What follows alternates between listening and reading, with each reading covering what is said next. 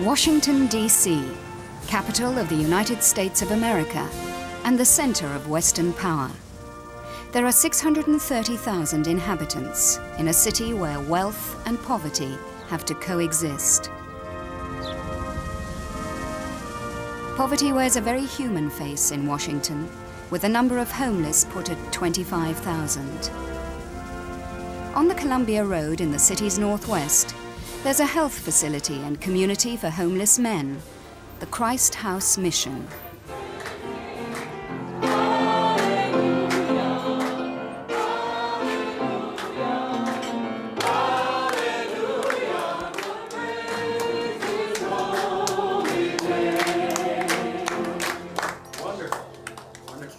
Welcome to you all in the name of Christ. Christ House was started in 1985 by Methodist minister Alan Getchus and his wife Janelle. The dream really is a very simple dream. It's just wanting to provide good health care for those who are homeless and those who are sick. Although Washington employs many thousands of people in government and commercial offices, most of them have deserted the city and moved out to live in the comfortable suburbs of Maryland and Virginia.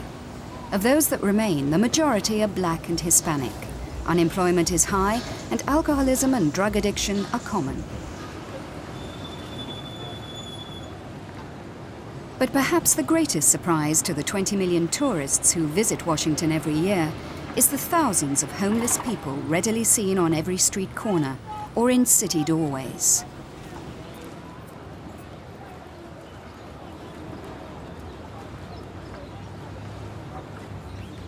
Ironically, Lafayette Park, directly opposite the White House, is one of the most popular places for those with nowhere else to go and spend their time. I had an experience that I've never quite forgotten one Christmas time being down near the Ellipse area, and we have a medical van that goes out from Christ House each night that's run through Healthcare for the Homeless, and I was out on that van and we stopped at one of these grates. Now, the grates are where the steam from the exhaust from these large buildings, downtown federal buildings otherwise, come through, so people congregate on the grates to try to keep warm. And that particular night there were 5 people congregating on this one grate, and we got off to examine them. One of them had pneumonia. Another one had been burnt on the grates, which sometimes happen, and the burns were now infected. And another one I was worried about the possibility of malignancy on. But in the midst of trying to examine them, I heard this beautiful Christmas music, and I looked over and I could see the lights of the National Christmas tree, and the music was coming from the theater there. And I looked up and there were tourists passing by in front of me, and it was just the most unreal scene. And I wanted to stand up and just to yell, "There's something terribly mixed up here." Janelle Getchus did yell, and as a result founded Christ House. A unique concept, Christ House provides medical care for homeless and sick men who would otherwise be put out on the street. They are helped to begin a new, healthy life, leaving the streets behind. 3 doctors and a nursing staff of 26 deal with all kinds of wounds, even gunshot and knife injuries sometimes. Washington is notorious as the murder capital of the United States.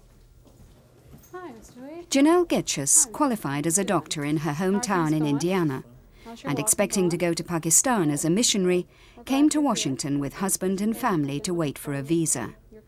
They were shocked to find so many people living in appalling conditions with no available health care. So they stayed. I grew up in a large Methodist church, and I think that my own faith journey has probably deepened in that my understanding of that from the first from the earlier days. Certainly, I was unaware of the depth of suffering of people, and I just never knew that. I feel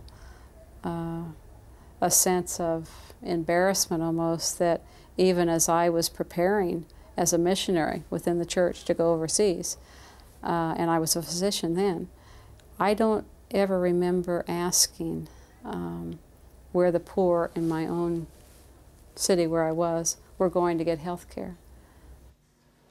Whilst the District of Columbia does provide shelters for the homeless, they are very basic, and to avoid the violence that often erupts, a lot of people prefer to sleep rough, often in sub-zero temperatures. This can mean horrific instances of frostbite. Down at one of the subway stops, the metro stops here, a number of homeless persons slept down in the bottom of these subway stops. And so the district's answer to this was to put gates up around these metro stops.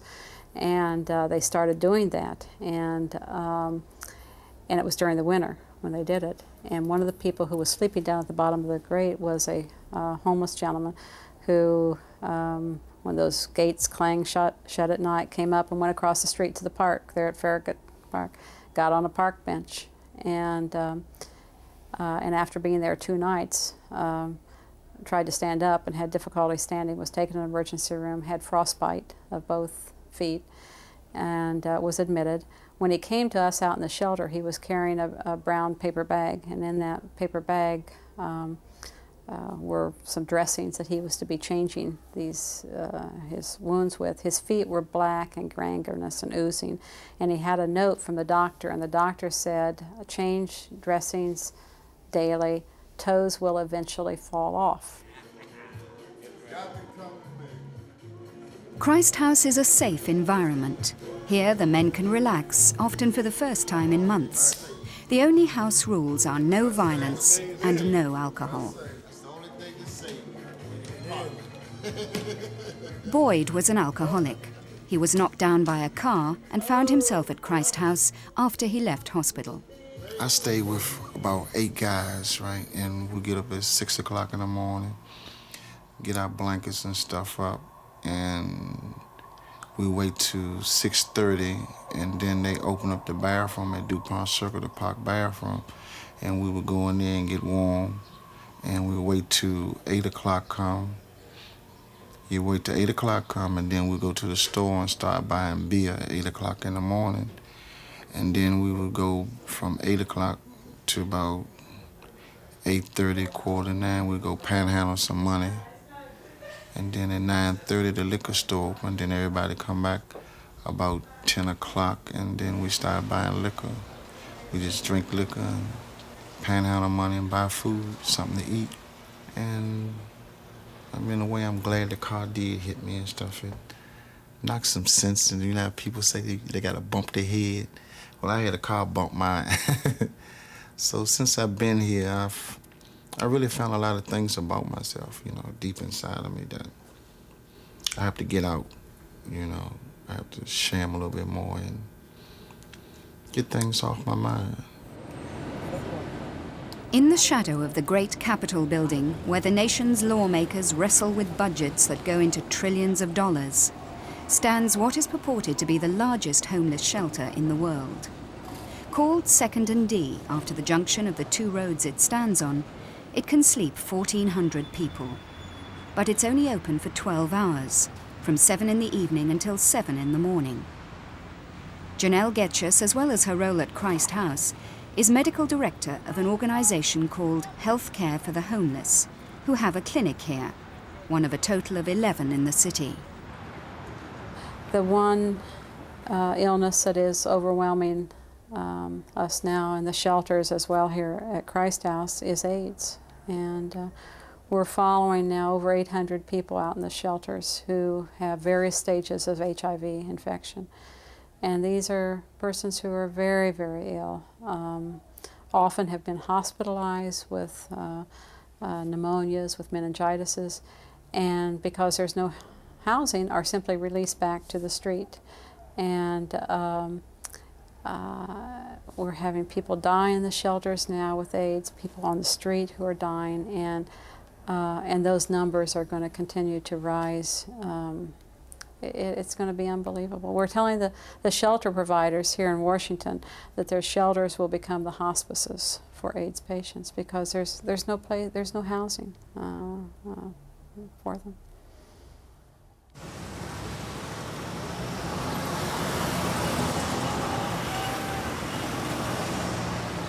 This group of buildings is known as N Street Village. Providing some of the rare facilities for homeless women in the city, it houses a shelter and a day centre. Of the 25,000 people without a roof over their heads in Washington, 1/3 of them are women. The women who are homeless have often been so even more disconnected from their families than the men have. And so they bring very special needs. Many of them have had children and have lost contact with the children, or for some, maybe the child has been taken away, and so have great pain that they experience of having been mothers and no longer having contact in that way. A higher percent of the homeless women will be mentally ill, seriously mentally ill, will be schizophrenic, a higher percent of the women than the men. And they are just lost. They are very vulnerable. Many of them have been sexually abused. Many have been raped and are very frightened of being on the street or especially in the shelters. So it's a very frightening existence to be homeless and to be a woman. Another of the clinics run by Health Care for the Homeless is in the Women's N Street complex. Janelle often takes the surgery. She has a deep concern for the women's ordeal and struggle.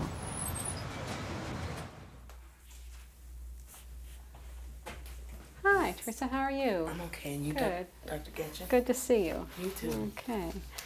I wanted to talk with you a little bit about your blood tests that we've done for your, I know you've been having pain in your hands and some in your shoulders and all. And I think drawn often the blood tests. perception of homeless persons are that they really choose to be homeless, they really choose this way of life, and that they have brought this on themselves. Particularly for someone who has a substance abuse problem, there's sort of a feeling that, well, this person did it to themselves. And they had the same opportunity as I did as a white middle-class person. Indeed, that's really not true, because they had so many things against them from the time they were born. But the likelihood of them ever, or even myself, had I been born into a situation like that, for any of us, to have been able to pull ourselves up out of that without being significant help, it's just very, very hard. A few do, but most, and I think most of us, would not if we had the same things, obstacles to face as they had had. Ronnie Daniels, a Benedictine sister and state-registered nurse, also works for Health Care for the Homeless. She came to Washington 6 years ago as an outreach worker. She goes out on the streets regularly to find out where the need is most, and carries a bag stocked with medical dressings, soap, and food. When I start at Foggy Bottom, I usually go to the people on the grates first and just talk to them and find out what their week's been like, or what's particularly bothering them, or is there really anything that I can do for them that day, you know, and is there something that they need that maybe I can help them get. My job really there is just to be present to them. And I just usually spend the day with them, going from site to site. The stories that I hear are often horrendous. And I have to learn to take that and just leave it in God's hands at the end of the day and then go home, because otherwise I wouldn't be able to get back up the next morning. Among her regular calls is a visit to a group of people living under the motorway close to Georgetown, Washington's oldest and smartest neighborhood, and close to the notorious Watergate apartment and office complex.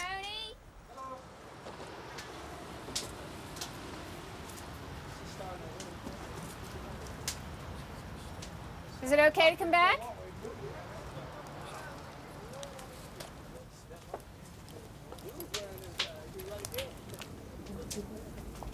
The people under the K Street Bridge have been there for the time that I've been in Washington. but they come and go. Okay? Yeah. They've formed a group that they call a family. They look out for each other and care for each other, and they treat each other like family members, which means that when they go out to panhandle, all of their money comes back to a general pool. Each has a certain job, though. Like Tony is the cook. Melissa goes and does the wash periodically when they get enough money. And Karen and Diana they go out to buy the food. So each has their own special job within this family structure, this community. Do you have a fever? Yeah, he's been sick. How long have you been sick? About a week. Are you going to get over to see Dr. Dan? Tomorrow. Will you promise, Karen? Promise. I couldn't go. Karen's 29 years old and she looks 50. She has multiple scars on her face. Karen came from an abusive household.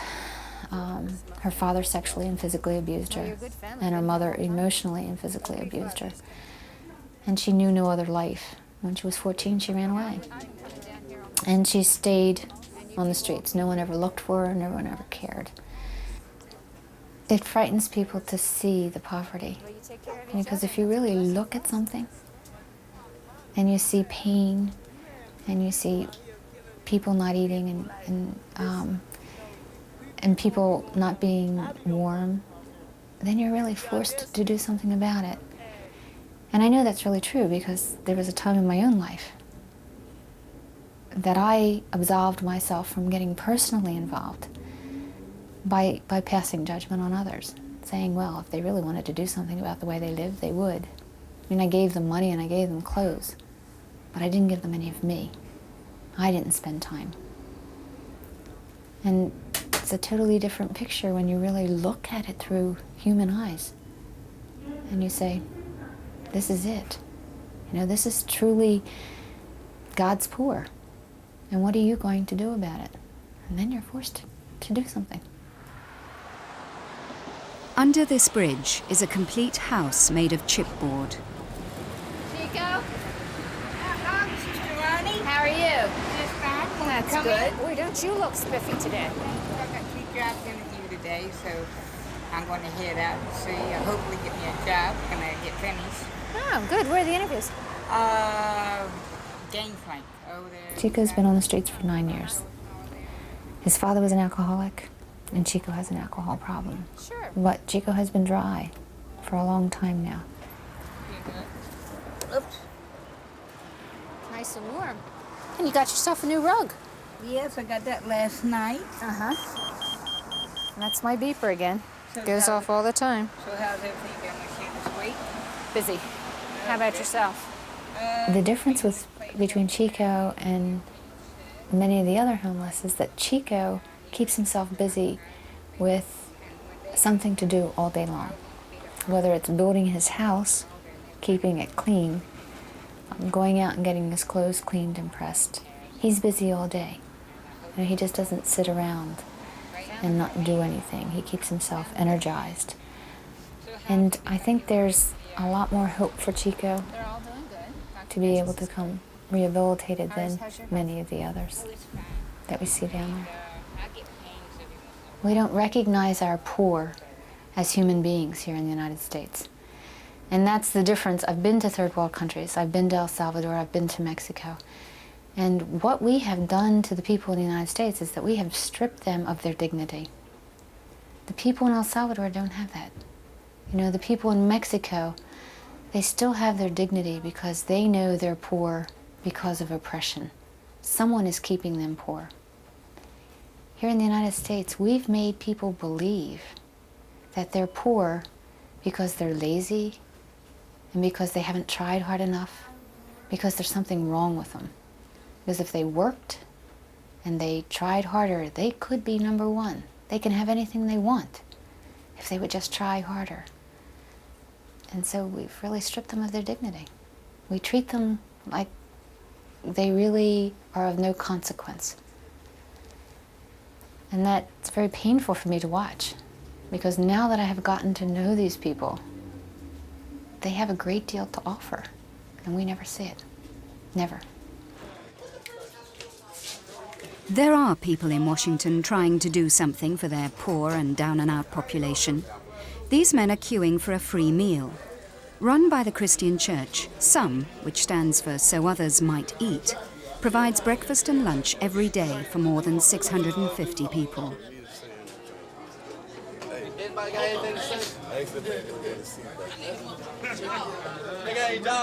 This is election year in the United States. The new president will be inaugurated in January 1993. But amidst all the campaigning hype, no mention is made of the plight of the homeless. Despite the crying need for low-budget housing and for universally available health care, it seems nothing will be done. I don't even know that many of these who are politicians or otherwise, many church people, really know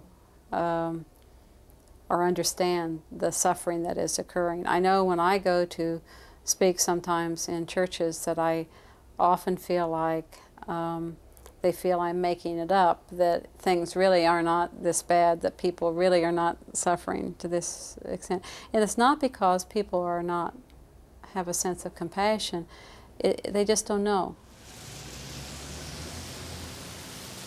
Health care for the homeless have taken the problem into their own hands and twice weekly send out a mobile medical unit. The van has a medical team. There is a physician assistant, there is a social worker, there is an outreach worker, and there's a psychiatrist once a week who goes out.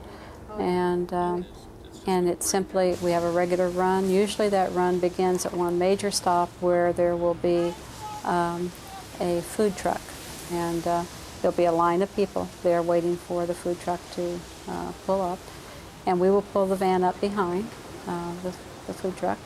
And when people are finished eating, then those who wish will come over to the van to be seen. Condoms are regularly handed out, as well as vitamins and mild painkillers. Most of the medical work is relief of urgent problems, and anything more serious is referred to the shelter clinics or to a hospital emergency room. Not the U.S. government. They wouldn't do that. Yeah. Okay, one of these 3 times a day. Sounds good. That's for pain. Second and E Street has a good dental clinic where you can go to the Whitman Clinic on First. Yeah, let me take a look and see what that tooth looks like. What's up here? In the rack? Yeah, on the bottom? On top. On the top. Oh, yeah. Oh, it's being eaten from the base out. Uh-huh. Yeah. The back one there is gone too. It's a wisdom tooth. But right now, the way it's going, I can't even make enough money to eat. So. Yeah. If there is one thing that Janelle would like above all, it is that homeless people could see themselves as God sees them. I think that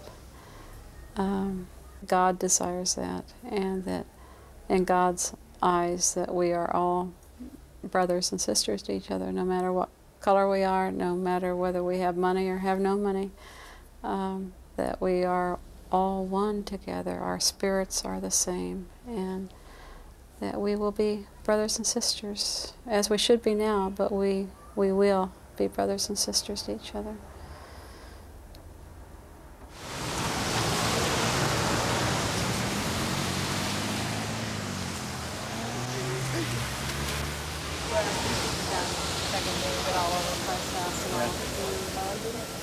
Yeah.